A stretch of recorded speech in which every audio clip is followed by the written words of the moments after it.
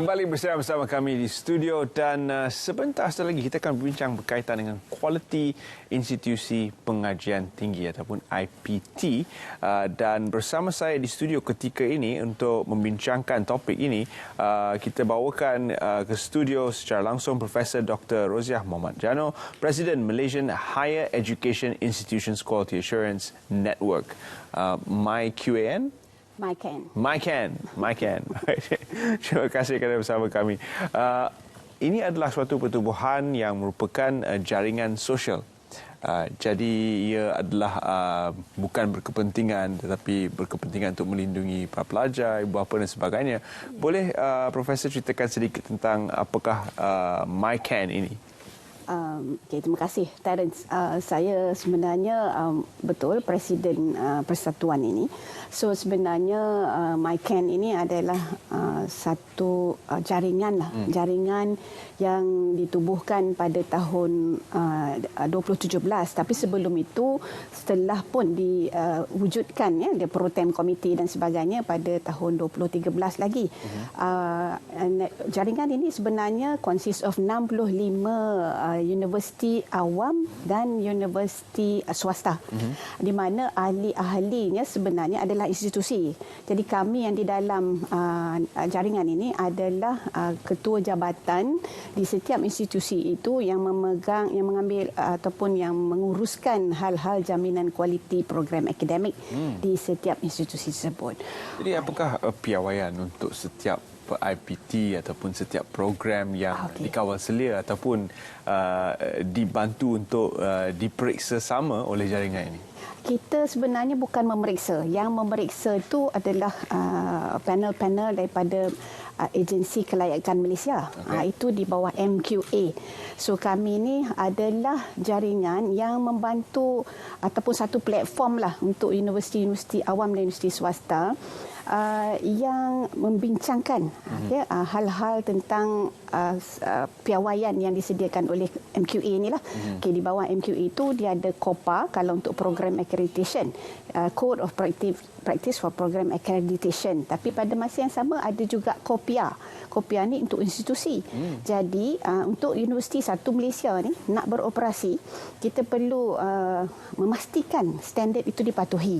So itulah jaringan ini di mana kita jadikan platform ini untuk berbincang antara universiti-universiti. Sebab kita ada Terence tahu kan, Malaysia ni sebenarnya banyak universiti. Jadi ada universiti besar, universiti kecil, ada universiti yang ada badan-badan dengan luar negara. Jadi platform inilah sebenarnya tempat untuk universiti-universiti berbincang dan mendapatkan input-input daripada yang berpengalaman. Kadang yang universiti baru ni dia pun tak berapa nak mahir, jadi kita sediakan platform ini. Kita sempat melihat sekali imbas gambar-gambar yang menunjukkan aktiviti MyCan ini, ada yang sampai ke peringkat ASEAN dan sebagainya. Boleh kita bincangkan sedikit tentang jenis aktiviti yang dikeluarkan oleh MyCan sepanjang tempoh ia ditubuhkan? Okey, sebenarnya kita MyCan ni setiap tahun sebenarnya kita ada satu main aktiviti. Main aktiviti ini ialah kita panggil SIQA, in short SIEQA, Seminar of Internal and External Quality Assurance. Di mana kita yang di seminar ni berbayar, cuma untuk ahli-ahli yang saya kata ada berdaftar tadi tu, so mereka ni kita bagi diskaun lah. Jadi itulah aktiviti yang penting kena ada setiap tahun. Cuma sekarang ni ada COVID ni kan, so kita tunda untuk tahun ni, kita bawa ke tahun hadapan. Tu besar kemungkinan kita akan laksanakan bulan 2 lah. Selalunya bulan 11, bulan 10, bulan 11 memang kita adakan satu aktiviti ni, di mana kita jemput orang dari pakar-pakar daripada luar negara juga. Dan pada masa yang sama, Terence mention pasal ASEAN, kita dalam masa minggu depan 23 hari bulan kita akan menandatangani satu perjanjian lah dengan kita panggil AUNQA, ASEAN University Network. quality assurance juga. Jadi kita punya pertubuhan ini akan menandatangani persefahaman dengan pihak AUNQA di Thailand. Tapi kita tak ke sana lah. Saya ada di sini, dia ada di sana, so kita akan bertukar dokumen. Screenshot saja. Yes, exactly. Prof, mungkin kita juga ingin tahu dari segi apakah nilai tambah yang boleh diberi oleh ahli-ahli dalam jaringan ini, ahli-ahli tadi yang disebutkan yang berdaftar tu, apakah nilai tambah kepada mereka, terutama sekali untuk para pelajar dan juga ibu bapa yang sebenarnya melihat semua pilihan di antara institusi-institusi di Malaysia? Kalau kita nak nampakkan terus secara terus benefit kepada pelajar ataupun ibu bapa tu mungkin tak jelas, tapi basically pengiktirafan itulah outcome kepada usaha-usaha jaminan kualiti di semua universiti. Semua universiti nak menawarkan program yang diiktiraf. Kalau tak diiktiraf nanti tak dapat pekerjaan kan ya. Jadi akhirnya itulah. Cuma sekarang ni platform kita punya MyCan ni lebih kepada membincangkan proses tu, bagaimana nak memudahkan proses mendapatkan pengiktirafan tadi kan. Jadi Terence tanya tentang kita menepati standard tadi kan, apa piawainya kan. So ada 7 perkara yang kena dipatuhi dari segi kalau kurikulum tu lah, dari segi outcome-nya, dari segi assessment-nya, penilaian pelajar. Jadi semua tu kalau nak beritahu kepada ibu bapa, semua universiti di Malaysia ini mematuhi syarat-syarat itu. Jadi kalau saya sebut COPA kan semua orang tak faham kan, tapi elemen 7 tu maknanya semua universiti di Malaysia di bawah Akta MQA tu 2007. So mesti beroperasi dan dipantau dan memastikan bahawa kita patuh terhadap 7 perkara. Saya sebut tadi outcome. Kurikulum tu mesti outcome based lah. Dan outcome ni kita janjikan kepada pelajar, kepada ibu bapa. Akhirnya pelajar ini akan jadi apa. Okay?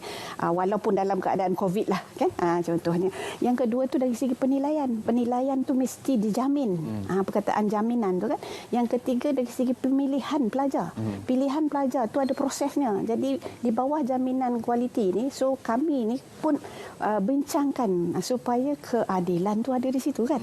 Dan keempat tu dari segi staff akademik. Bagaimana staff akademik di universiti-universiti tu, kualiti ni perlu dijamin juga. Jadi ada MQA dah tetapkan beberapa 98 standard sebenarnya Terence.